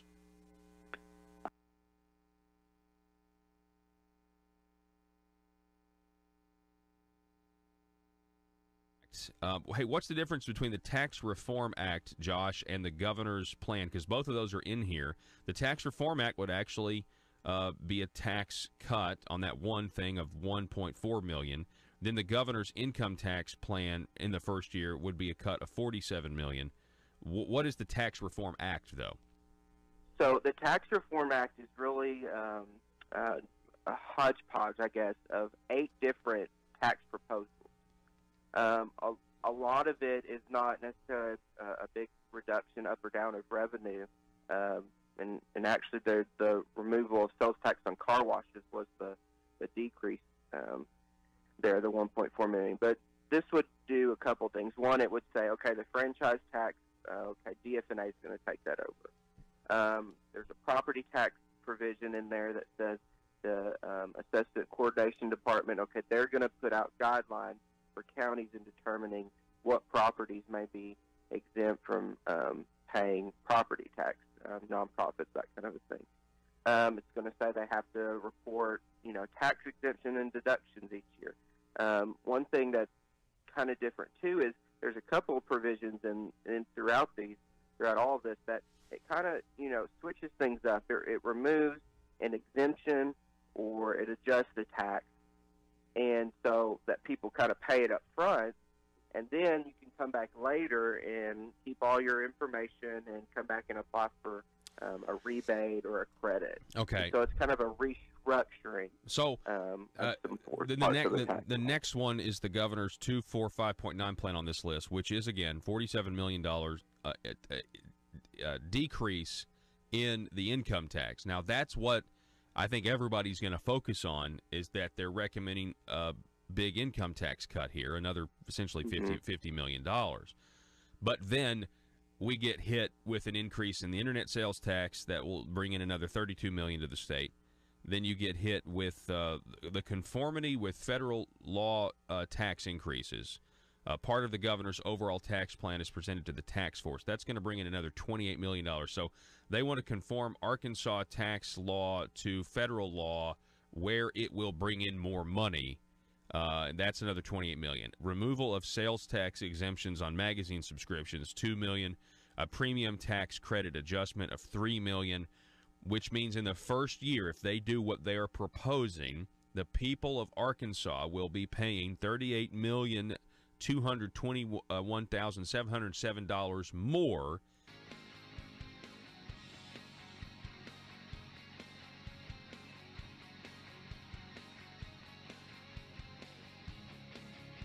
The intersection of conservative ideas and reality. Conduit News Radio with Paul Harrell. All right, folks, welcome back to the program. Hey, joining us in studio, we got State Representative Jimmy Gazaway. Jimmy, welcome back to the program, sir. Good morning, Paul. Thank you. Let's talk a little bit about Issue 1. That's why I wanted to have you on. You have been going all over the state or different venues and that sort of thing, talking about Issue 1 and why it's not a good policy, why it's not a good amendment that needs to be voted for. And so tell us why Issue 1 is bad in your opinion, Jimmy Gazaway. Well, it's hard to narrow it down. I mean, there's so many reasons why it's bad. But you're right, I have been speaking all over the state about it. And I think primarily, it's just bad for everyday Arkansans. It does several things, first of which is, it limits people's ability to hire the lawyer of their choosing because it limits the amount of money that an attorney can make off a case on attorney contingency fees. And, the point there being, they'll claim that it's to rein in greedy lawyers. Mm-hmm. But the fact is that if you can't get a lawyer to take your case because a lawyer can't make any money with that case, then your case never gets brought. And if your case is never brought, then those who may have done you wrong are never held accountable, which is exactly what they want. So they'll claim it's to rein in greedy trial lawyers. It's not about that. It's about preventing you from being able to get a lawyer because if they can prevent you from being able to get a lawyer, then you never bring a claim and they're never held accountable, which is exactly what they want. You know, the second thing that Issue 1 does, and that I think, to me, you know, is just, it's just the most disgraceful thing about it, are the damage caps. Issue 1 will cap non-economic damages at $500,000. And so, you know, then the question is, well, what are non-economic damages? And a lot of people don't understand that, because the proponents of Issue 1, you know, one of the things you'll hear them say so often is, well, economic damages are unlimited. You can get all the economic damages in the world. They're completely unlimited. Well, that's true. But what if you're a person who doesn't have any economic damages? What if you don't have a job? What if you're someone who's confined to a nursing home? Okay? They don't work. There's no hope that they'll ever work. There's not going to ever be any economic damage with somebody like that. And so if a person who has no economic damage like that is abused or killed, you're talking about $500,000 maximum compensation for them. And so what are non-economic damages? They're the damages that we define in the law as those for pain and suffering, for scarring and permanent disfigurement, for loss of a bodily member or function. So, for example, you lose an arm, you lose 2 arms, you lose all your limbs, you're paralyzed. Yeah, I saw an article against Issue 1. It was talking about somebody losing their sight. That would be covered as under this as well. Absolutely. Right? You know, loss of a bodily function, your ability to see, and then loss of life. And so that's why you hear it so often referred to as the price of life amendment. And you see, you know, those who are opposed, like me, say that it puts a price tag on life, because if you have no economic damage, and there are a lot of people in our society who don't, those confined to nursing homes, for example, then the maximum amount of money that you'll be able to be awarded, because your only damages are going to be non-economic. And so the maximum amount would be $500,000. And what a miscarriage of justice for people who are abused or die because of the neglect of someone else, to say that the maximum amount of recovery that they can receive because the survivors for their loved one's death is $500,000. That is morally wrong. And that's why you see people like Jerry Cox at the Family Council and Rose Mims, you know, not in her capacity with Arkansas Right to Life, but in her personal capacity. That's why you see those folks come out against this, because morally that is wrong. Yeah, I completely agree with what you're saying. I'm glad that you're coming on and you're making these points.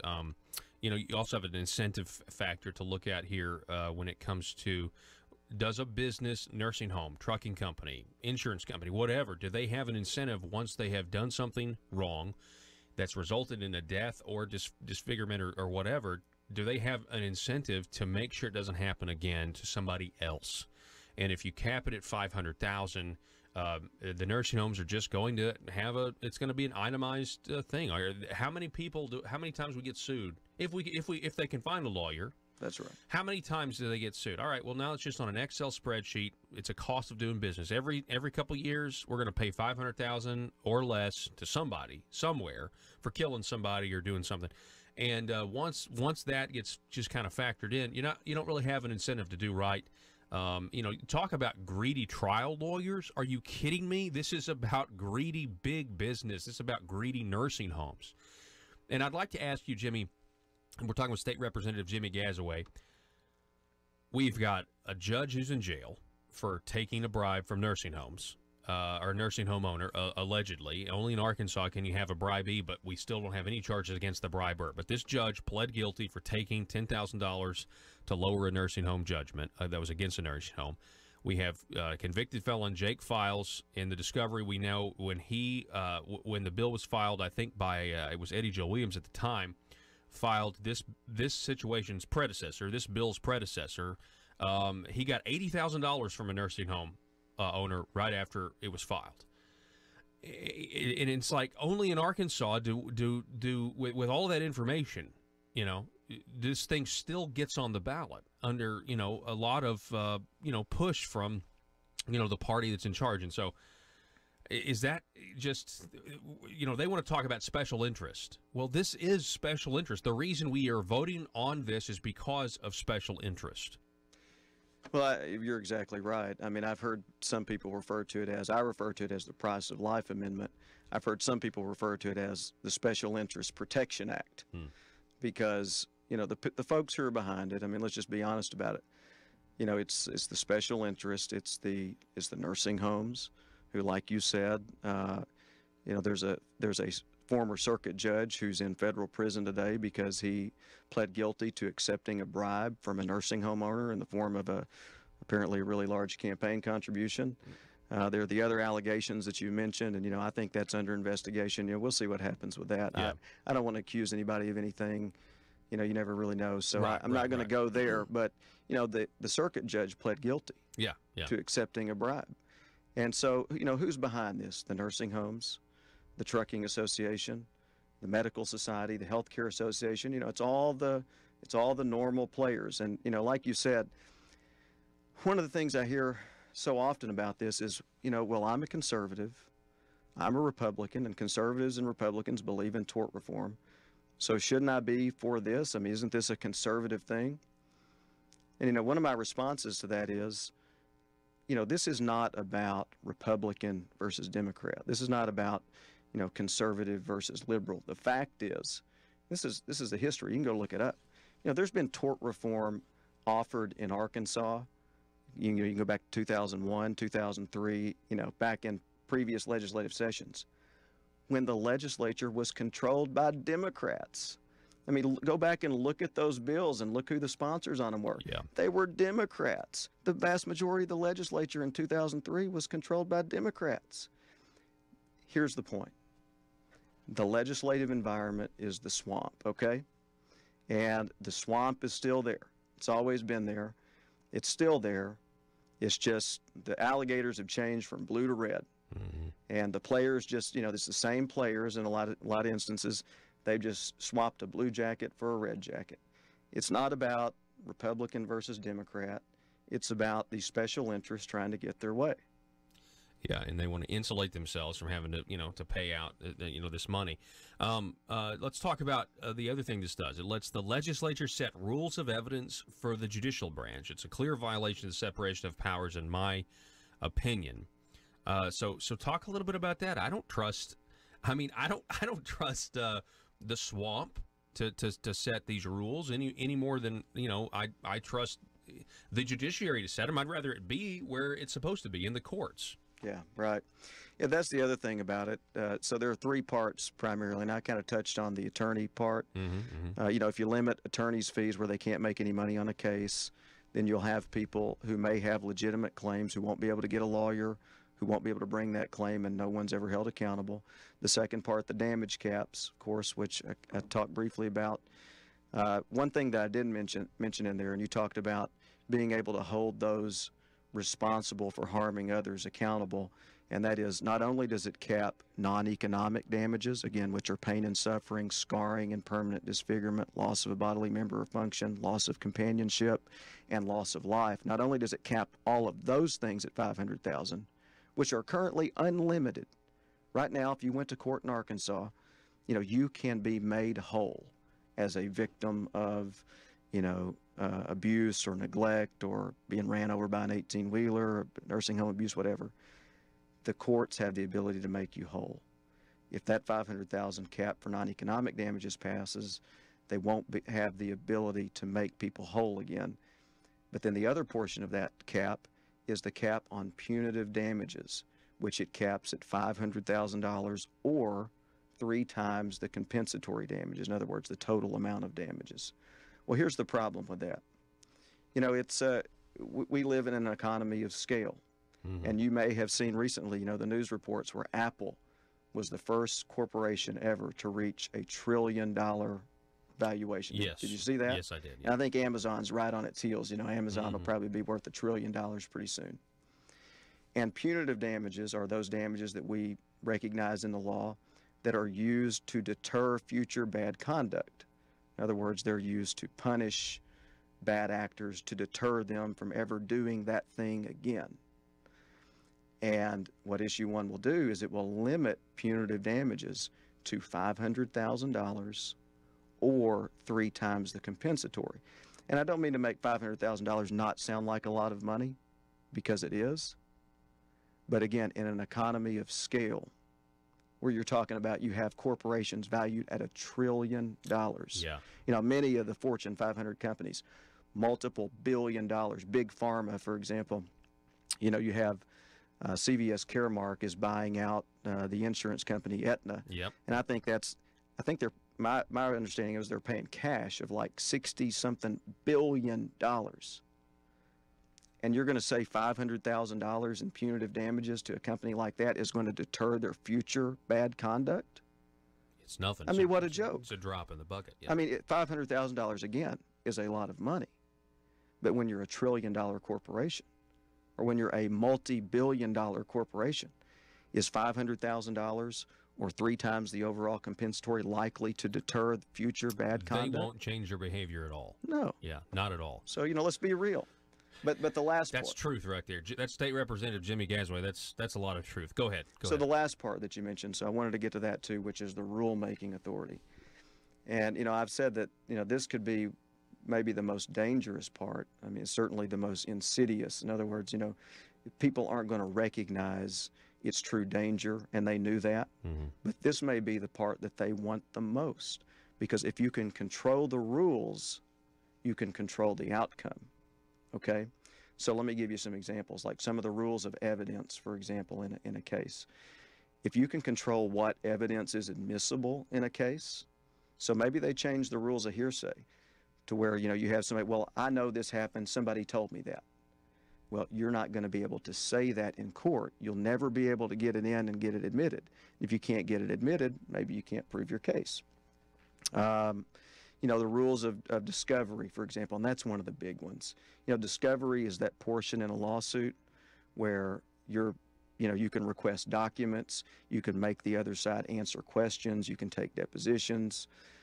You know, it's where you build your case. It's where you gather the evidence from the other side that you need in order to make your case. Mm-hmm. Well, guess what? If they can control those rules, they can keep things secret that maybe not allow you access to things. So, for example, you know, one of the bills that they tried to pass in the past was to make nursing home inspection reports, you know, not eligible. Yeah, that's hearsay. You know, to be able to obtain or to use those Mm-hmm. in court. Or let's say you want to subpoena witnesses to help make your case. You know, one of the things, my understanding, that's been proposed in the past is if a nursing home employee would have to get the permission of the nursing home owner to testify as an expert witness in a case, or something along those lines. And even if that's not exactly what they did in the past, if they can control the rules, see, that may be the things that you'll see in the future. Now, they'll say, oh, we don't want to do that. That's ridiculous. I mean, we can't control what future legislators are going to do. Right. You know, even if we believe them now. That's right. They're going to be, they're different people. Yeah. You know? So, you know, maybe not the next session, but what about the session after that? Yeah. You know, let's see where it actually goes. So that, you know, to me is one of the most dangerous things about it. Mm-hmm. That's hidden out there. Or, you know, another point there, if you can control the rules, you just make it really hard to file a lawsuit. You know, maybe you have to go to arbitration before you can file your case. Mm-hmm. Maybe you have to, you know, make the rules for subpoenaing witnesses and getting the people to court that you need there so hard, and that you have to go through so many steps and so many days notice and this and that and the other thing, that it makes it so hard to ever even bring a case. We're talking with State Representative Jimmy Gasaway about the dangers of Issue 1. We will all be voting on this in a couple of weeks. Early voting starts, I think, is it next week? Or I think so. November 6th is the election day. And so, you know, Issue 1's bad. It doesn't need to happen. This is, you know, special interest dream. I want to give you credit. Not only State Representative Jimmy Gasaway are you going across the state and speaking against this, but you actually tried at the very beginning to stop this using your power as a legislator. You, correct me if I'm wrong, you offered an amendment or you offered another bill entirely that would have done some tort reform, but not this. Tell us about that. Yeah, absolutely. I ended up offering an amendment, you know, And I think this is something else important for, the people that aren't at the Marble Palace all the time, who don't know exactly what's going on. It's important for them to understand the process and kind of how all this came to be. There were multiple constitutional amendments introduced this last legislative session. Certainly upwards of 10, may have been even, around 20. I'm not exactly sure of the number, but it was everything from the ones you're going to see on your ballot, this issue 1, voter ID. There were some about education. There multiple topics and issues about how we amend our Constitution by initiated act and referendum, a proposed constitutional amendment to change the way we do that. There were multiple constitutional amendments offered. Well, where do those constitutional amendments go? The process is that those go to the State Agencies Committee. Well, guess who the chairman of the State Agencies Committee was? In the House of Representatives? Yes. That'd be Bob Ballinger. Correct, Yeah. who was the sponsor of the bill. Nothing against Bob. I like Bob. I consider Bob a friend. I think he really is genuine in what he believes. We just have policy disagreements. I just think he's wrong. He thinks I'm wrong. That's fine. We can disagree. But Bob was the chairman of state agencies. All the constitutional amendments go to state agencies. Bob was the lead sponsor on issue 1, or it was SJR 8 at the time, in the House. It goes to his committee. Well, when I got elected to the legislature, excuse me, the Speaker appoints all the committee chairmen and chairman of subcommittees. And so I'm a new representative. I'm at the Capitol. The Speaker's making his appointments, and I see that I have been appointed as the vice chairman of the Civil Law and Courts Subcommittee of the Judiciary Committee. And I think oh, this is awesome, and I'm like, I'm the vice chairman. I'm a freshman, and I'm vice chairman of the Civil Courts and Civil Law and Courts Subcommittee. And Clark Tucker was the chairman of that, which should have told me something. You make a Democrat the chairman of, what does that mean? So I go to Clark and I said, hey, so when are we going to meet, like the Civil Law and Courts Subcommittee? And Clark just kind of laughed at me. He said, you don't understand how this works. He's like, subcommittees never meet. I was like, oh, okay. Unless you're the State Agencies Committee.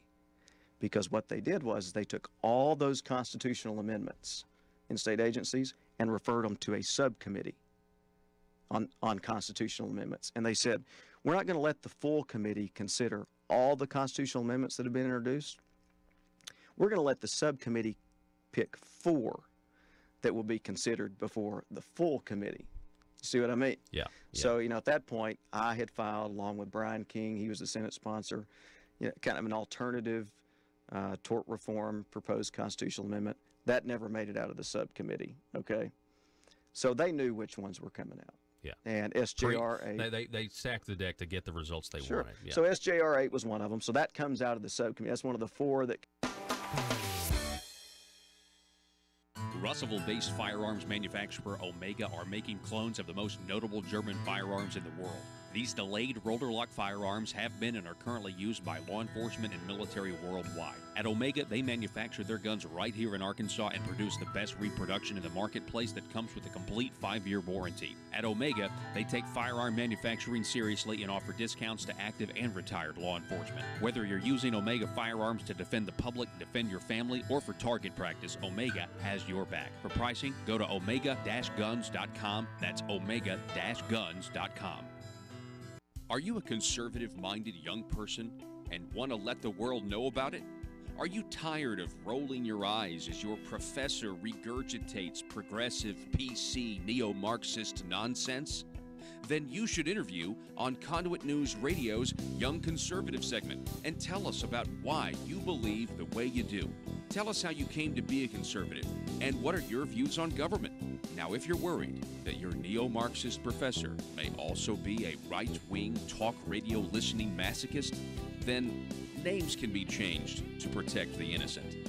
It's the Conduit News Radio Conservative Future segment. To be interviewed, call 870-275-9799.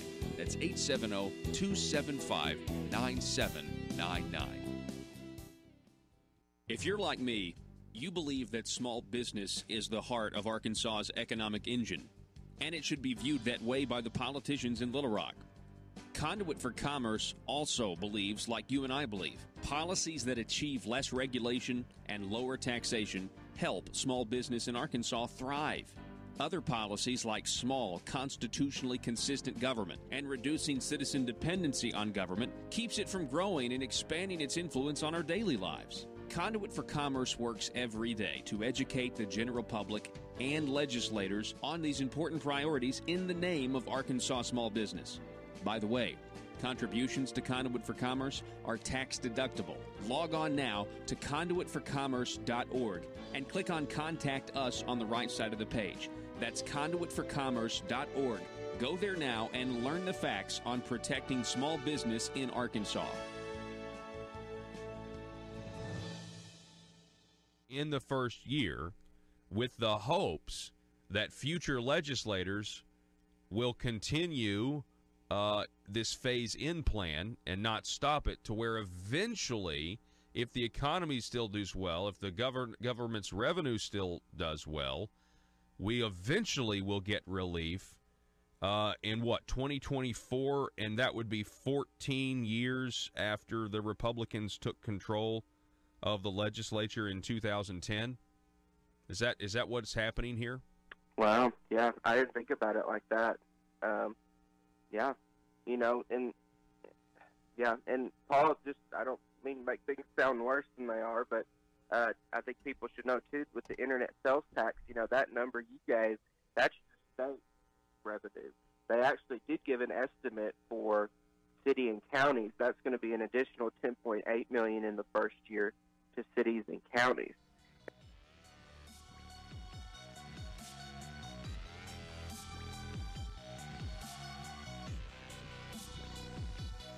Need your daily news fix? Don't forget to tune in to Conduit News Radio with Paul Harrell. Come out of the subcommittee that goes before the full committee. The Chief Justice of the Supreme Court comes to state agencies' House committee and testifies against SJR 8. And it felt to me as if it was completely disregarded. I mean, this is someone, the Chief Justice of the Supreme Court, the Chief Judge in our entire state judiciary, telling the state agencies committee, I believe this is bad. They didn't care. They passed it. And so then, after it passes out of committee, which was, I think, called on there was an amendment, and it was called after adjournment to consider this bill and amendment, SJR 8, and they pass it and put it on the calendar for the very next day to be voted on by the full House. So I go back and I'm reading the rule book, and I realize you can't do that. A bill has to sit on the calendar for so long, right, before it can be voted on by the full House after it comes out of committee. And this came out after 4 o'clock, and the rules say if it comes out at 4 o'clock, can't sit on the House calendar for long enough to be voted on the next day. So the next morning, I start making my objection. I say, I object to this being voted on today. Please note my objection. And they did. It's right there in the record. Representative Gazaway objects to this being voted on today. And so I knew at that point, maybe we had delayed it, and I think that was a Friday, and that would have given us the weekend to talk about it. Right. And that's what they didn't want. That's exactly what they didn't want. And so what happened was, and what I knew was possible, is that if you suspend the rules, then you can do anything. Mm-hmm. And so at that point, I had to kind of be on guard, and I was kind of led to believe by some people who had talked to me at that point, like, well, way to go. Like, we're really impressed. Like, nobody's ever used that rule before. But, now because of you, everybody will have to think about this and labor about it all weekend, and we'll vote about it on Monday. Oh, God